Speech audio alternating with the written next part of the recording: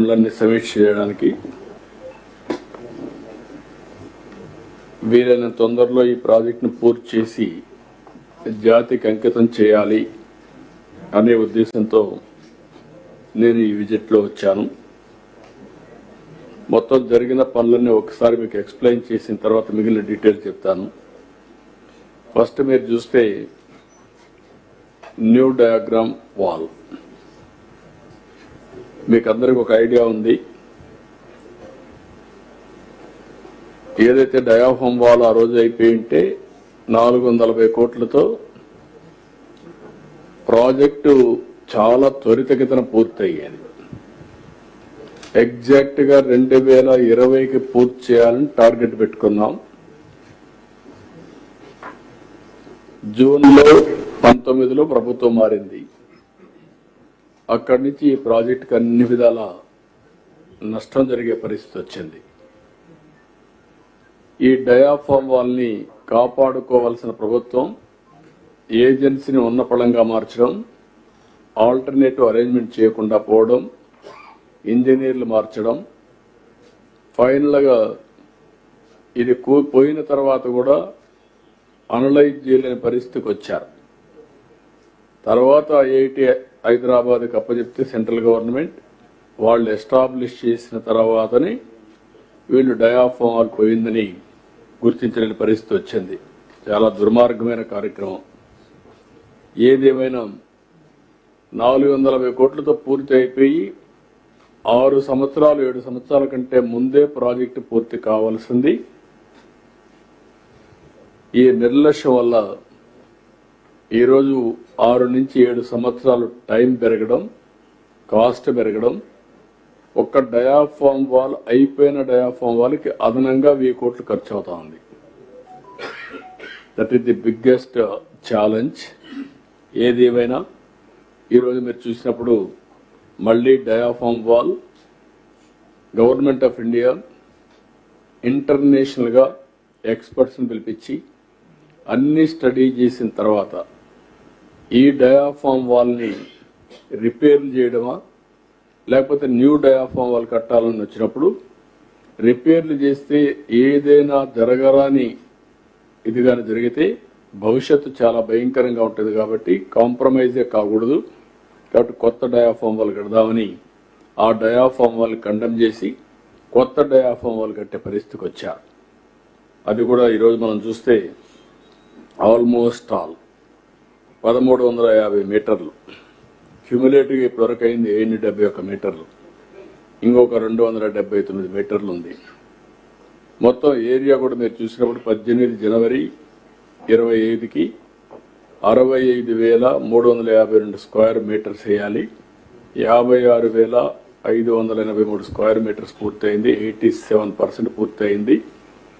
ఇంకొక 8,769 square metres కావాలి. 359 panels ని పూర్తి చేయాల్సి వస్తే 277 చేశారు. ఇంకొక 82 చేయాలి. ఇవన్నీ ఫిబ్రవరి 15కి పూర్తవుతుంది. ఇది ఒక విధంగా శుభ పరిణామం. డయాఫామ్ వాల్ అనుకున్న దానికంటే ముందుగానే కంప్లీట్ చేసే పరిస్థితికి వస్తున్నాం. బట్రస్ డ్యామ్ కంప్లీట్ అయింది. అదే సమయంలో వైబ్రో కాంపాక్షన్, వీళ్ళు చేసిన పనికి సాయిల్ అంతా కూడా లూజ్ అయిపోయి మీరు అప్పుడు వస్తే అది ఒక సముద్రంగా తయారయ్యే పరిస్థితి వచ్చింది. బయట నుంచి నీళ్లు వచ్చి సుడులు తిరిగి ఇక్కడి నుంచి ఎరోజన్ జరిగి భయంకరమైన వాతావరణం ఉంటే అవన్నీ కంప్లీట్ చేయగలిగాం. ఇప్పుడు దాన్ని మళ్ళీ వైబ్రో కాంపాక్షన్ చేయాలి కాబట్టి అవి కూడా చేసి ఈరోజు ఆ పనులన్నీ పూర్తయినాయి. నెక్స్ట్ మీరు ఇక్కడ చూసినప్పుడు main dam ECRF dam gap 1 టోటల్గా పూర్తయింది. ట్రయల్ ఎంబార్క్మెంట్ కానీ అన్ని పూర్తయినాయి. ఇక్కడ ఇంకొక పక్కన ఈరోజు ఎంబార్క్మెంట్లో +25 మీటర్ నుంచి 42 వరకు మొత్తం కలిసి ఇంకొక 17% టోటల్గా డిసెంబర్కి పూర్తయింది. 60% అయింది. ఇప్పుడు మళ్ళీ క్యుములేటివ్గా మొత్తం కలిసి 1.41 అంటే 17%. ఈ వర్క్ అంతా కూడా 36/26 పూర్తి అవుతుంది. బ్యాలెన్స్ క్వాలిటీ అంతా కూడా ఈ వర్క్ అంతా అప్పటికు నెక్స్ట్ ఈ సంవత్సరమే జూన్ కంతా పూర్తి అవుతుంది. రెండోది ఎస్సీఆర్ఎఫ్ డ్యామ్ గ్యాప్ 2. ఇది కూడా మనం చూస్తే ఇంక కావాల్సినంత కూడా నెక్స్ట్ ఇయర్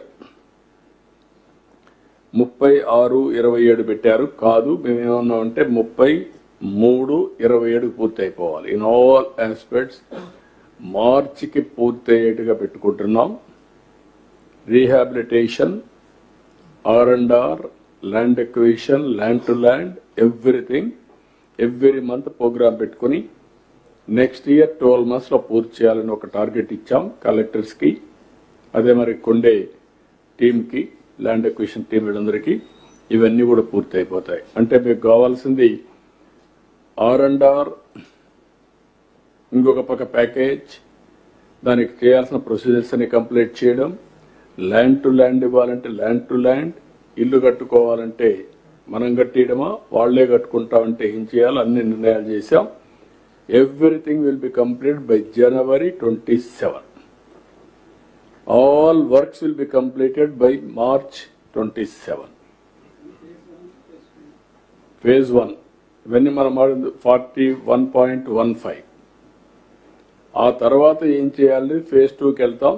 మెయిన్ వ్యాల్యూ ఏం చేయాలని వర్కౌట్ చేస్తాం. కానీ ఈరోజు ఫేజ్ 1 మనం పూర్తి చేసుకుంటే ఆపరేషనలైజ్ అవుతుంది. ముందు దీనికి ల్యాండ్ ఎక్విజిషన్ ఇవన్నీ కూడా కంప్లీట్ చేసుకుంటే కనీసం 119 TMC నీళ్లు మనం ఇంపౌండ్ చేసుకోవచ్చు. గ్రావిటీతో ఈ నీళ్లు అన్ని ప్రాంతాలకు తీసుకునే అవకాశం ఉంటుంది. That is where we are working. Complete చేసి ముందు ఫేజ్ 1 అంకితం చేస్తే ఫేజ్ 2 ఏం చేయాలని వర్కౌట్ చేసుకుంటాం. ఇక్కడికి వచ్చినప్పుడు ఎస్సీఆర్ఎఫ్ నెక్స్ట్ వచ్చి గ్యాప్ 2. ఇది కూడా జనవరికి పూర్తి అయ్యేట్టుగా పెట్టుకున్నాం. ఇప్పుడు సిడబ్ల్యూసి కూడా ఈ నెలలో 20కి ఇస్తారు. అక్కడి నుంచి మ్యాక్సిమం ఈ వర్క్ అంతా స్టార్ట్ చేసి ఆల్రెడీ 1 January, November స్టార్ట్ చేశారు. నెక్స్ట్ జనవరి, జూన్ అన్నారు కానీ కాకుండా 33/27 పూర్తి చేస్తాం. ఇది కాకుండా బ్యాలెన్స్ వర్క్లు ఇవన్నీ పూర్తి అయిపోతే ఈ ప్రాజెక్టులో మీరు చూసినప్పుడు ఈ ఫిగర్ చూస్తే భయంకరమైన పరిస్థితి, సముద్రం మారుగా ఉంది. అర్లియర్ బిట్వీన్ 2 కాఫర్ డ్యామ్స్ లో ఈ రోజు మీరు చూడండి క్లారిటీ. పని జరగడానికి కానీ అక్కడ మొత్తం చేసిన పనుల వల్ల వాటర్ లీకేజ్ లేదు, చాలా వరకు కంట్రోల్ అయిపోయింది. డయాఫామ్ వాల్ పూర్తి అయింది, ఫిల్లింగ్ కూడా జరుగుతూ ఉంది. ఇది ముందుకు పోయే పరిస్థితికి వచ్చింది. నెక్స్ట్ ఊరికే ఎగ్జాంపుల్ చూపిస్తున్నాను మీకు. ఇక్కడ పక్కన చూస్తే గ్యాప్ 1లో అప్ స్ట్రీమ్ స్కార్ పార్టన్ సపోర్టింగ్ పెట్టి అవన్నీ కట్టిన దానివల్ల చాలా వరకు లీకేజ్ ప్రాక్టికల్లీ నిల్లయ్యే పరిస్థితికి వచ్చింది. చాలా వరకు ఇప్పుడు పని అంతా కూడా ముమ్మరంగా జరుగుతూ ఉంది.